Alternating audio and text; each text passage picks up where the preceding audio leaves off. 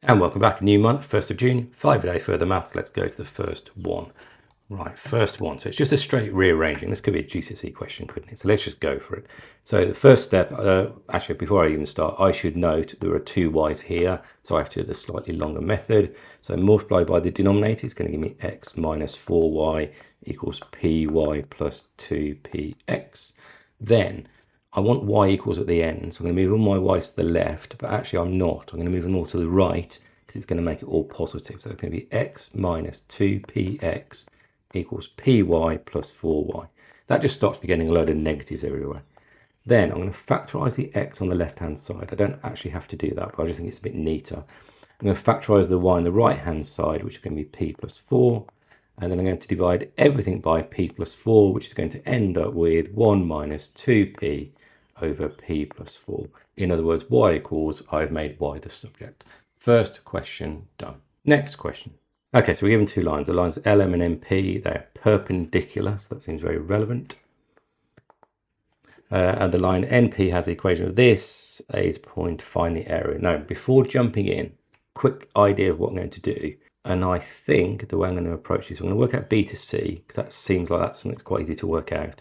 And then I'm going to work out this distance here, half AB, not half AB sine C, half height times base. Let's get that done. So I'm going to start by writing the line NP. So the line NP has the equation, rearranging it 3x plus 2, which means that m is equal to 3. The line LM, which is the other line, well, that's going downwards. So it's unsurprising that the gradient is minus a third because it's going down. And the equation, well, let's do it over here. So the equation is minus a third of x plus c. I'm going to use the point 0.94.7. I'm pausing because I just want to see. I think the numbers do work out, don't they? So 4.7 equals minus a third times 0.9, which is minus 0.3. And then I add on c, which means that c is equal to 5.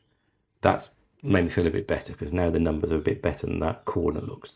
So therefore y equals minus a third x plus 5. So far, so good. Then I need to find out the points A, B, and C. Well, A I'm given, so that's a done. Then I need to find out the point B. So the point B is where NP, get it right around, so MP, so y equals 3x plus 2 is equal to the point where x equals 10, because remember this is the line x equals 10. So in other words, y is equal to 3 times 10, which is 30, plus 2, which is 32, so y is 32. So the point B is 10, 32. So far, so good. Point C. So the point C, very similar, is y equals minus a third x plus 5. Here, x equals 10. Slightly harder maths here. So minus 10 over 3 plus 5 is minus 10 over 3 plus 15 over 3, which is going to give me 5 over 3. So therefore, my point C is 10, 5 over 3. Now, what's interesting is that's a negative value. I think the math is correct, so I'm going to go with the math being correct and the diagram being unhelpful. Let's continue. Okay, and so therefore I can work out the area of my triangle, can't I? The area of my triangle is going to be half the height, which is the distance between, well, let's talk about that carefully. So it's the distance between here and here. So it's the x value of the line 10 minus the x value of the point A, which is 0.9. And then I'm multiplying that by the length of B to C, which is 32 minus 5 over 3, because again the diagram I think is slightly wrong. Now you could do that just by working it out with a non-calculator, but I'm going to use my calculator just so I'll get it right. So calculator's out, and that gives me the answer 131.0166667, and I'm just going to say that's 138.0 centimeters. It doesn't say centimeters, does it say centimeters? No, actually I'm not going to put units on there, so I'm just going to leave it like that. 138, and I'll say 1 decimal place. That's it. Question done. Good question, although the diagram is slightly misleading. Next question. Sketch the graph of, and then it just gives me an exponential function, but it's a negative, which means it's exponentially decaying.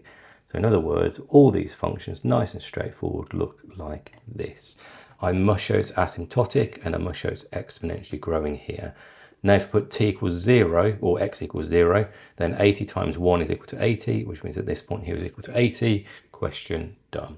Next and final question today. Okay, y equals this thing here, find the value of dy dx. Okay, nice and straightforward this one after the slightly difficult one. So therefore dy dx is equal to 12x minus 5, And at the value x equals -4, dy dx, or the gradient I should really say, is 12 times -4, which is -48. Take away another 5 is -53.